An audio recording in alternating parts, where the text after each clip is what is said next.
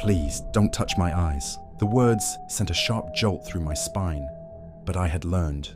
I took a slow, steady breath and reminded myself not to panic.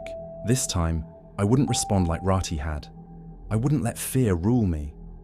I forced a polite smile, gently set down the comb, and looked at her reflection in the mirror. "Where exactly are your eyes, Ma'am?" I asked softly, so I may be careful not to touch them. There was a long pause. Then she answered, "At the back of my head." In that moment, something shifted. I didn't blink. I didn't gasp. I simply looked. And there they were, two small, black, human eyes embedded at the back of her scalp. Unmoving, unblinking, staring back at me through the mirror. It took every ounce of strength not to run, not to scream. Instead, I nodded. "All right, ma'am," I said gently. "I will be careful." I continued the job with steady hands, each braid a silent prayer. I avoided the back of her head completely, only touching where she permitted. As I worked, her silence pressed heavy on my shoulders. There was an eerie stillness in the room, like the air itself was holding its breath. When I finished, she looked flawless. I gave a soft, "all done," and stepped back. She admired her reflection, smoothing down a braid with elegant fingers. Then she reached into her white purse and pulled out a sleek black card. "I will pay now," she said. I shook my head quickly. "No, please, it's on the house."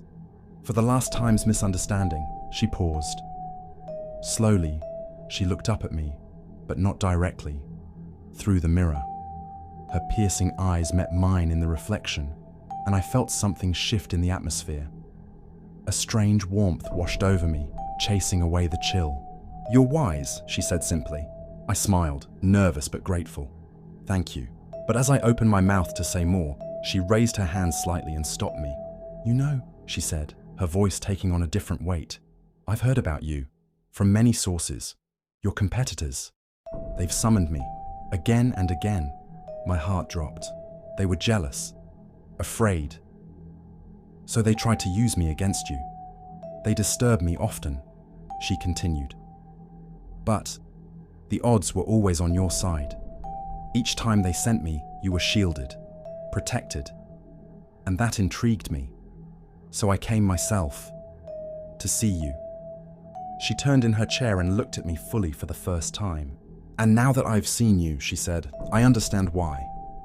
Her face softened, not with emotion, but with something deeper, respect, maybe even approval.